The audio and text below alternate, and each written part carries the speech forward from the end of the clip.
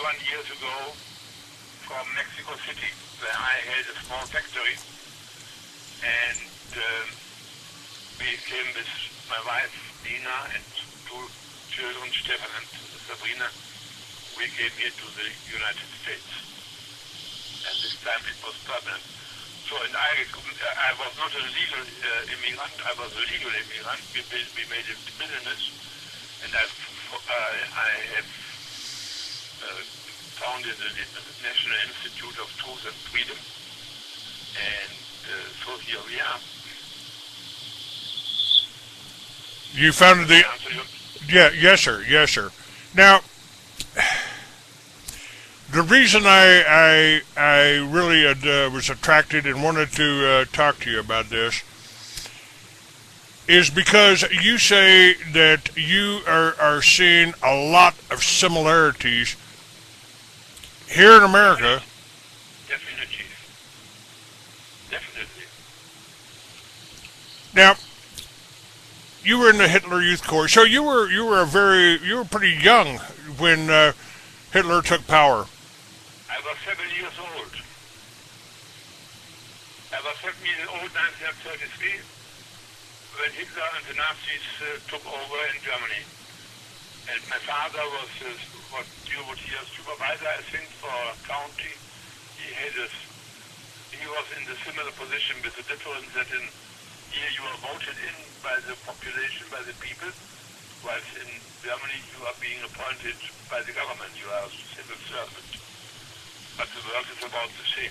And he was asked when the Nazis came to power, they established a parallel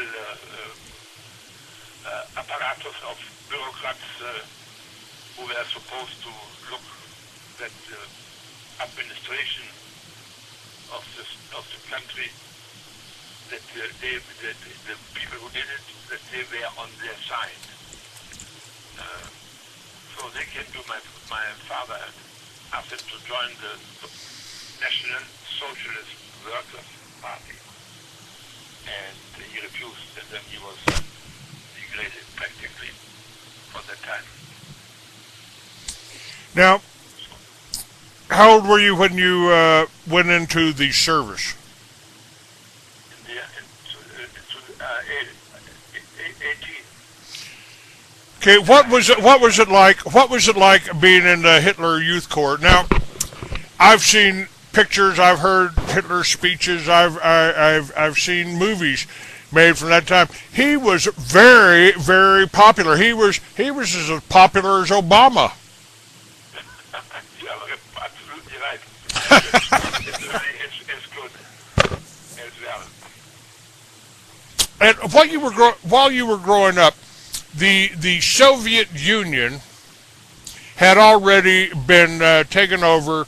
The Bolshevik Revolution, the Bolsheviks had taken over. Stalin and Marx, the communism had set in, and I've been told that some people referred to communism as Judaism for the masses, because Marx and Lenin were Jewish, and many of the commissars and the people over the gulags that Alexander Solzhenitsyn wrote about were Jewish. And is that true? No, I didn't get what you said. They were, and I asked what were they. I didn't understand one word. That's one question. Only from what you said, I wanted to. Well, let me repeat this. The Bolshevik Revolution, where they murdered the Tsar, over here in America, we got the Federal Reserve Bank installed. And I think both of these things, the Federal Reserve here and the Bolshevik Revolution and the installation of communism over in Russia, were financed by the same people, the major banks, the Rothschilds, that came from Germany. I mean, they started their banks in Germany, didn't they? Well, even today, most people don't know that, but the Federal Reserve these are a bunch of bankers, of various banks, and there are European bankers, part of the bankers, of the banks. So we have not the Congress we have bankers. Yes, well, the communist, the banksters, they funded, Jacob Schiff funded the whole Bolshevik Revolution from New York. How much? Yeah, well, they have. I have no idea about the volume which there was, but there definitely was financing of the Bolshevik revolution through banks. I think one or two European banks most likely were also part of it. Now, Hitler got popular. I've heard, I don't know if you've ever heard Benjamin Friedman. He's a Jewish gentleman that worked with Bernard Baruch and was, rubbing elbows with presidents. And he says that the Zionists were primary in starting both World War I and World War II. When he says the Zionists, I think you can really say the banksters. They started both world wars. They fund both sides of the wars. I think you learn every day and every week and every month and every year. You learn more about what is happening and how and why and since when. So, and the possibilities to know what has happened and how you have to read a lot, I would say.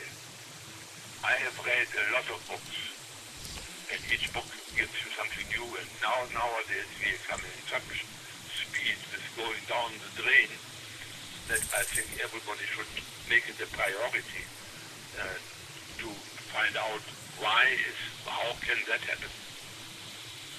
Now, let me, Hitler was popular. Like I said, I saw a photograph. People are standing in the streets, they're waving at him. They were really pleased to get him in there.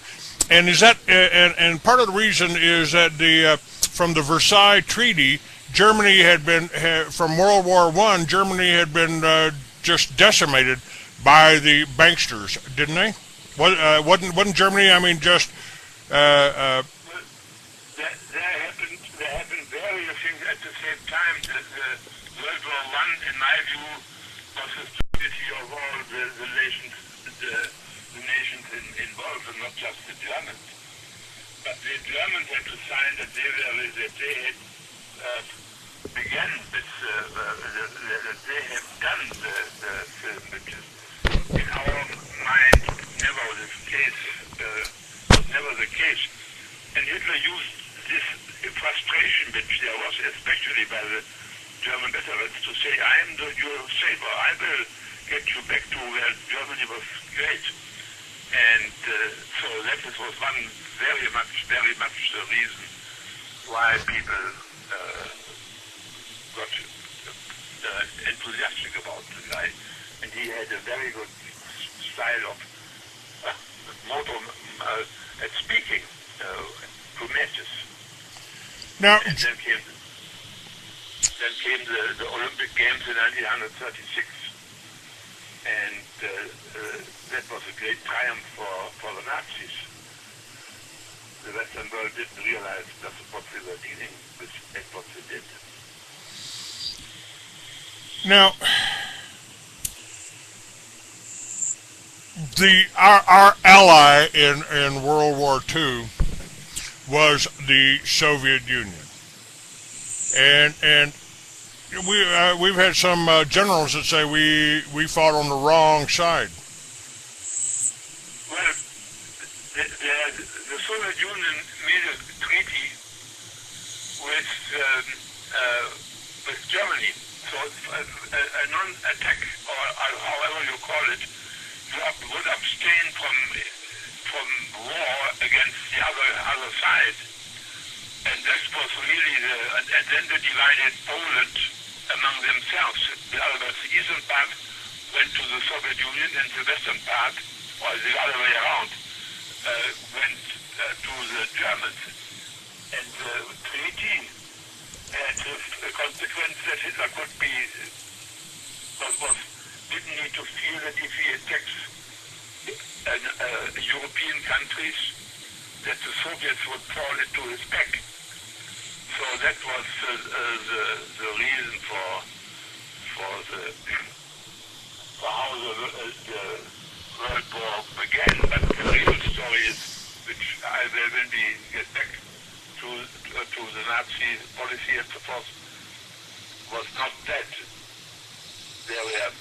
Hitler had his own way of getting into the war. Did the war start with Russia, or did it start over Poland? What? No, neither. The point was the following. Hitler said to his generals that now is the time, he said, that we should go to war.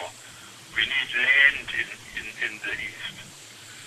And so one of his generals asked him, and what is the reason? What is the reason for which we can give? He said, don't you worry about the reason. I do that. You do your job. And then it was Himmler, the head of the SS, the head of the armed forces. And they put a number of SS people in Polish uniforms with Polish arms, and then they killed a number of people in the concentration camp which was close by. They also put them into Polish uniforms and put them in an area where there was a radio station and office buildings and so forth. And as soon as it was dark and the night began, then they attacked. The SS people in Polish uniforms came into Germany and shoot in the air, make a noise and disappeared again. And next morning, the press comes and there lie all the Polish soldiers on the ground with their weapons. All right, hold on. We got to take a break here for a few commercial words. We'll be right back. Hilmar von Camp. Stay with me, Hilmar.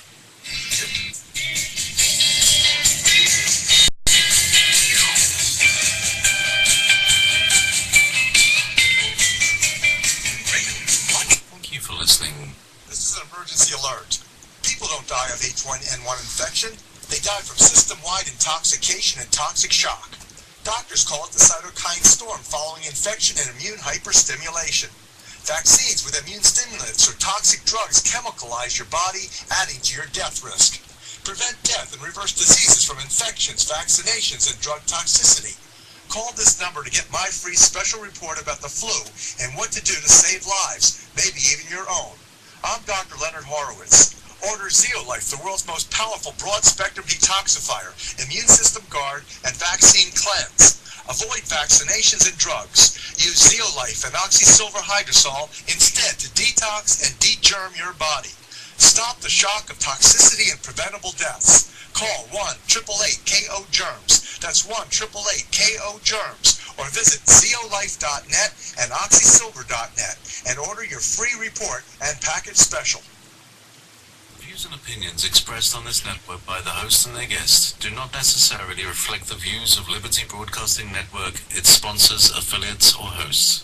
When looking at your personal preparedness level, remember the freeze-dry guide. During times of physical and emotional stress like the uncertain times we live in today, it is vital that you not alter your diet too much. You should only store what you usually eat, because one day you may have to eat only what you have stored. Lucky for you, there's the freeze-dry guide. Featuring the superior nutrition and taste you've come to expect, the freeze-dry guide has a wide variety of choices in freeze-dried foods. All freeze-dried foods are no-cook products requiring only hot water and a few minutes of your time. The freeze-dry guide has been serving various government agencies as well as the private sector with the finest in freeze-dried storable foods and emergency rations since 1970. Consider the technological advances made in computers from the punch card days of the 60s and 70s to the high-speed personal computers of today. Comparably, the advances made in food storage from the World War II era till now are equally great. Visit the website at www.freezedryguide.com or call toll-free 866-404-3663. Imagine no longer being tied down to your computer, but having the freedom to take live talk radio with you anywhere you go. TalkStream Live introduces our first ever iPhone application. The talk shows you follow now follow you. And your iPhone is now the fastest and easiest way to stay connected to the best talk radio on the internet. Let TalkStream Live transform the way you listen to radio. Listen to live talk shows 24 hours a day, 7 days a week. Mobile talk radio from TalkStream Live. Now available in the iTunes App Store. And you handle the truth. Being a part of Life Change Tea has been an exhilarating experience. I love the testimonies. Julie in New York writes, I love this product. I feel great. It worked immediately. You can feel the cleansing right away. Other products don't work right away like this one does. Mrs. Luella from Missouri writes, my daughter has lost 27 pounds. She loves the tea. And David from Tennessee writes, my wife has a lot of digestive problems and the tea really helps her a lot. I like it too. And here's my favorite from CJ in Minnesota. He writes, this stuff really works. No, I mean it really works. No, I mean it really works. Be one of the many testimonies that we receive every month. Order today online at getthetea.com. That's getthetea.com. Or you can call us at 928-308-0408. You know the number, 928-308-0408. Be our next testimony. You love us, and we love you. LBN, America's Most Wanted. Can you handle the truth? That's LBN, your number one choice in political talk radio. Now the protocols of Zion have a crazy history. Henry Ford gave out a copy free with every Model T. It's a crime to even own one if you live in Germany, though it's not an anti-Jewish publication. So if you ever get a chance to get a copy of your own, remember not to ever leave it lying on your own. Cause you never know just where those stupid news reporters roam. One might even be a friend or both. All right, we're back, and we're talking with Hilmar von Campe. Is it von Campe? Von Campe. Von Campe. Von Campe. Okay. Hilmar, I'm trying to get the feel of things. There's the threat of war at the beginning. Was Germany really in was Britain, was Great Britain, was England really the enemy of Germany, or was it Russia that was presented the biggest threat to Hitler's Germany? Well, no. I mean, the Soviets, they were out for world power. They were the enemies of all those who fought them each other. That was all the enemy of the Soviet Union. They are more clever than the West, which do not understand what their motivation is and how they go about it. But Hitler declared then, what I told you earlier, that they killed, they put the SS people in Polish uniform and attacked Germany as Polish. So then Hitler said, they have been shooting at us, and now we are shooting back at them. And that was how the world, as the war began. And then 2 days later, the French and the English, the British, declared war on Germany because they had a treaty with Poland.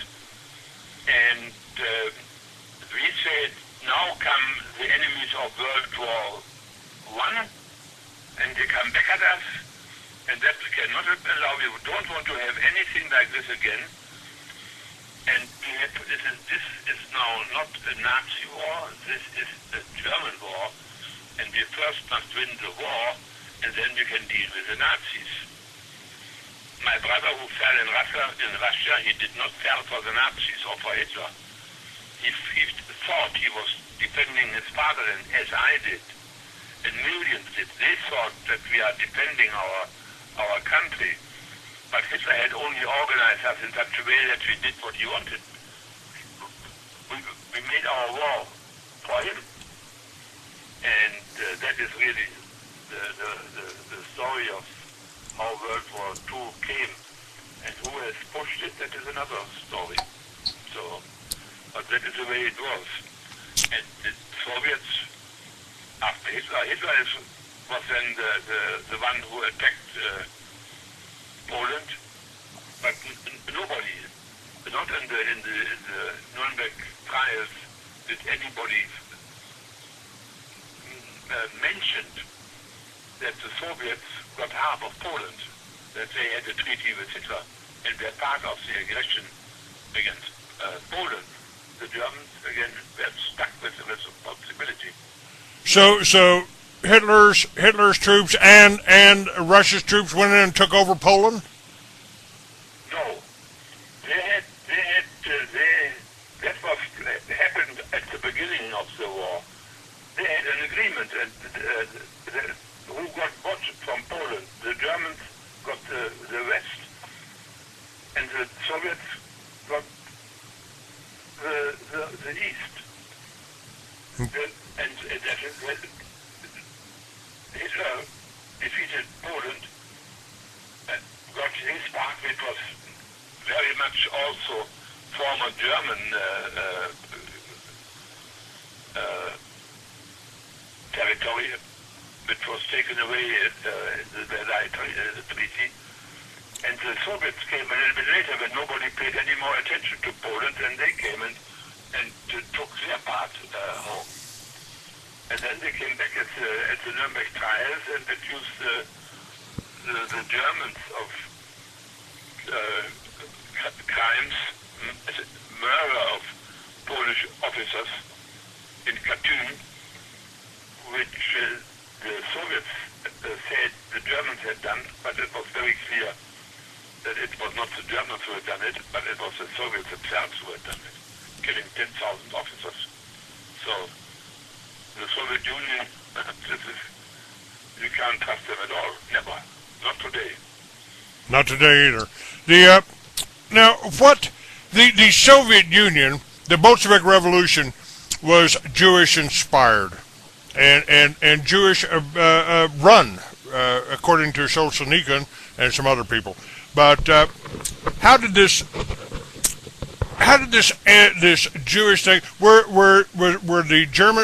Hitler against the Jews because they were Jews, or was he against them because they were communist, and he thought they were infiltrated? Where did the resentment towards the Jews come from in Germany? I do not know. I think it was as well as hatred of today in the Middle East against America. That was all for months and years. Some people organized the campaign, the open or not open hatred against whom they felt were responsible for the misery in many parts of the world in their own country. And Hitler had the Jews. They were completely, the ones he took out of their houses, they were completely, it was nothing, they had absolutely no participation in any activity against the Germans. What I found so terrible was that among those who were persecuted and later on killed in the concentration camps, there were people, Jews, which had served as German citizens in the World War #1, and now they were treated like this. I think that is a disgraceful for the German people to do, for Germany to do something like this. I am very ashamed of it.